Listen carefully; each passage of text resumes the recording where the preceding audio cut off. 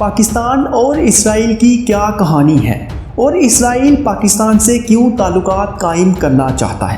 پاکستان اور اسرائیل کی پس پردہ کہانی کی مکمل معلومات جاننے کے لیے اس ویڈیو کو آخر تک دیکھیں۔ میں ہوں فیصل رشید، آپ دیکھ رہے ہیں پاک FR ٹی وی۔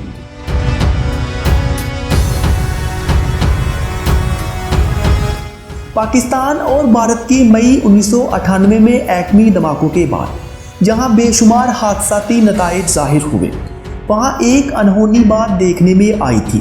یہ تھی اسرائیلی حکومت کی خواہش کہ اپنے تعلقات پاکستانی حکومت کے ساتھ کیسے بڑھائیں۔ سوائے دو مواقع کے اسرائیل میں پاکستان کو کبھی زیادہ اہمیت نہیں دی گئی تھی۔ سب سے پہلے اسرائیلی حکومت پاکستان کی جانب اس وقت متوجہ ہوئی جب وہاں یہ کہا جانے لگا کہ بھارت کا اسرائیل سے سفارتی رشتہ قائم نہ ہونے کا باعث پاکستان ہے۔ 50 کی دہائی میں ایک اسرائیلی سفارتکار والٹر یان نے اس بات کی طرف اشارہ کیا تھا۔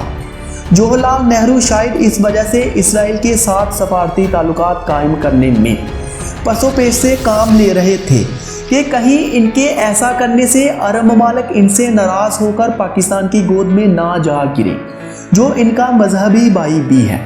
دوسرا نقطہ جس پر اسرائیلی حکومت کو تشویش ہوئی وہ یہ تھا کہ پاکستان برطانیہ کے علاوہ وہ واحد ملک تھا جس نے 1950 میں اردن کے مغربی کنارے پر حق تسلیم کیا تھا۔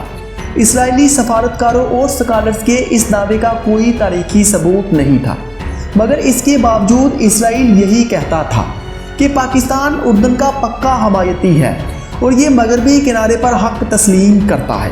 اس کی بجائے پاکستان میں لوگ اردن کی طرف اس وقت ہی مائل نظر آئے جب وہاں کوئی سیاسی ہنگامہ آرائی ہوئی یا کوئی قدرتی آفت نازل ہوئی۔ دونوں ملکوں میں اختلافات کو پاکستان کی حکومت اور عوام کی جانب سے کی جانے والی اسرائیل پر تنقید نے مزید ہوا دی۔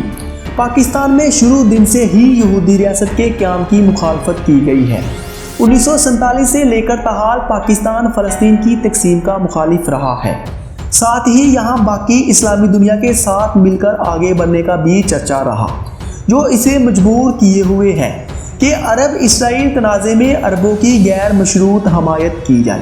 مشہور بات یا کہانی تو یوں ہے کہ پاکستان شروع دن سے ہی یہودی ریاست کے خلاف ہے اور 1947 میں بھی اپنے قیام کے فوراً بعد ہی پاکستان کی لیڈرشپ اسرائیل کی مخالفت کرتی رہی۔ خاصن اثر و رسوخ کا مالک ایک یہودی رہنما ایڈمنڈ ڈی روتھسچائلڈ نجی طور پر کئی بار ان کوششوں میں متحرک رہے ہیں اور اس نے اس مقصد کے لیے پیسہ بھی لگایا ہے تاکہ اسرائیل اور پاکستان کے تعلقات میں مزید بہتری آ سکے۔ پاکستان اسرائیل کے لیے کسی ضروری خطے کا درجہ نہیں رکھتا، لیکن اس کے باوجود پاکستان کی اسلامی دنیا میں اہمیت کو نظر انداز نہیں کیا جا سکتا۔ 1948 سے اب تک اسرائیل اس بات میں دلچسپی لیتا رہا ہے کہ تعلقات اور باہمی گفت و شنید کو کیسے بڑھایا جائے، مگر ان تمام باتوں کی نوعیت کو پاکستان کی جانب سے ہی کنٹرول کیا گیا ہے اور اس جانب سے ہی تذبذب کا مظاہرہ دیکھنے میں آیا ہے۔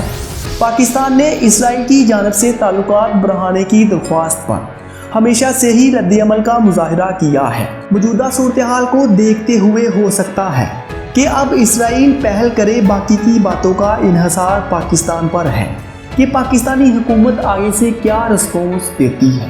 مزید اسی طرح کی ویڈیوز دیکھنے کے لیے پاک FR ٹی وی کو سبسکرائب کر لیں۔ Thanks for watching this video.